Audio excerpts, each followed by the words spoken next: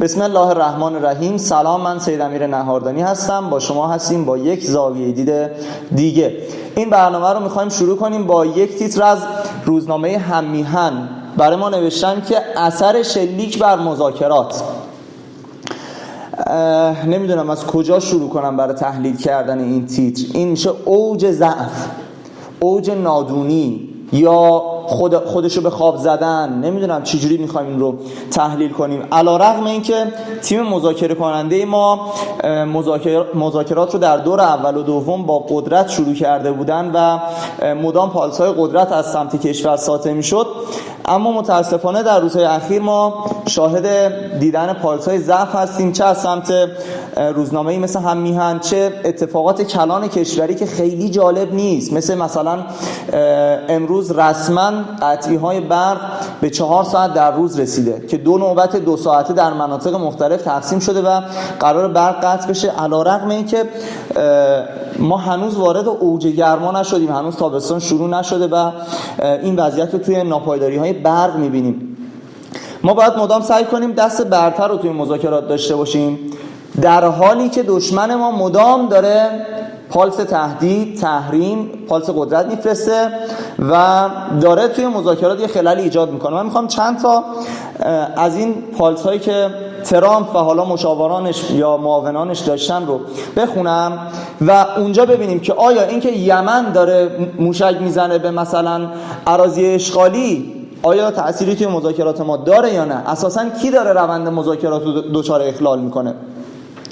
ببینید 11 فروردین 1404 تهدید به حمله نظامی شدیم که ترامپ گفت اگر توافقی نباشد ایران با حملاتی روبرو می شود که مانند آن را هرگز ندیده است.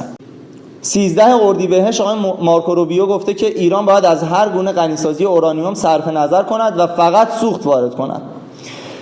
6 اردیبهشت لزوم محدودیت موشکی ما رو همون آقای روبیو گفته که برنامه موشکی ایران باید بخشی از توافق باشد و محدود شود، در صورتی که اصلا توافق ما برنامه هسته‌ایه، هیچ ربطی هم قرار نیست به برنامه موشکی داشته باشه و اینو قبول کرده بودن. تو دور اول مذاکرات رسما این مورد پذیرش طرف آمریکایی قرار گرفته بود.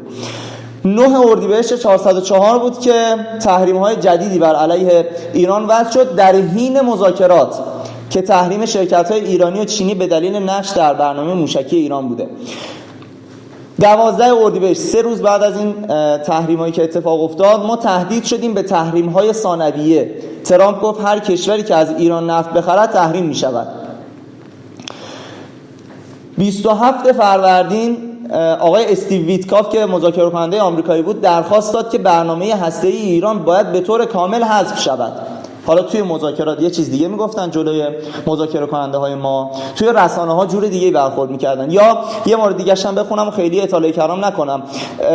ما 6 اردیبهشت 404 تهدید شدیم به حمله مشترک با اسرائیل که ترامپ گفت اگر توافقی نباشد اقدام نظامی مشترک با اسرائیل ممکن است. خب ببینید در شرایطی که طرف مقابل ما این مدلی داره تهدید میکنه و اومده وسط میدون، چه تحریم چه تهدید، از همه ابزارالاتش داره استفاده میکنه، حمله یمن به اراضی اشغالی رو مربوط میکنن به مذاکرات ما و میگن تأثیر موشک بر مذاکرات که اون پالس ضعف ارسال بشه. و این جماعت خودباخته نمیدونم کی میخوان آگاه بشن. ما تجربه لیبی رو داشتیم، تجربه سوریه جلو چشممونه، مصر رو دیدیم، بعد بخوایم جا پا بزنیم جای همونا رو بخوایم مسیرشون ادامه بدیم، این قابل قبول نیست برای مملکت ما.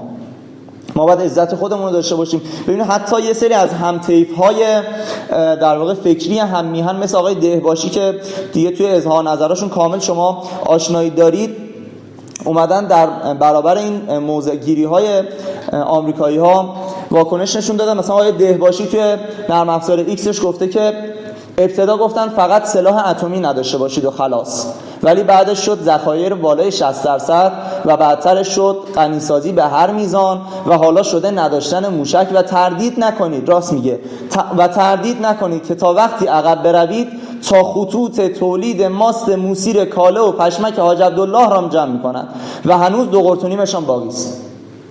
حالا من خیلی با آقای دهباشی انتقاد دارم و دیدگاهمون خیلی با هم دیگه متفاوته، ولی حرفش کاملا حرف درستیه.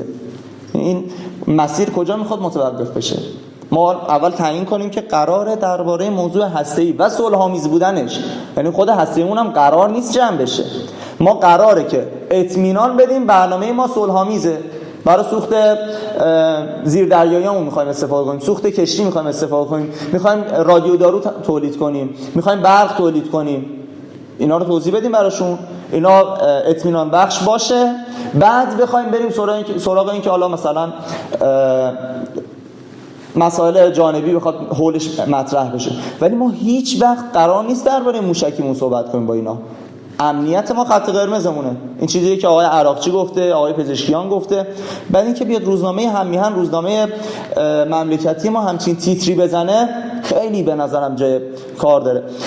حالا یه شیطنت دیگه هم کرده، اینو فقط از باب اینکه حالا خیلی ربطی به بحثمون نداره، از باب اینکه این مدلی سواد رسانه باشه مطرح میکنن، میان یه تیتر خطرناک اون وسط میزنن و کنار دست شما نگاه بکنید، تیتر زده مجادله در شورای شهر تهران اوج گرفت، دو قطبی زاکانی ماندن و رفتن.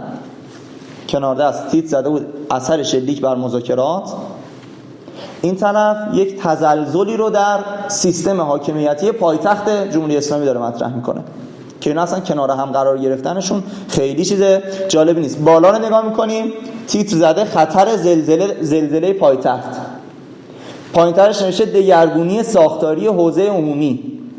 ببینید تمام تیترهایی که کار کرده عموما سعی کرده پالس منفی داشته باشه، منفی گرایی داشته باشه، یه احساس خطر و ناامنی در مخاطبش ایجاد کنه. اینا رو کنار هم دیگه میچینه، تیتر بزرگش هم میشه اثر شلیک بر مذاکرات، که تماما بتونه این تیتر رو در ذهن مخاطب خودش جا بذاره.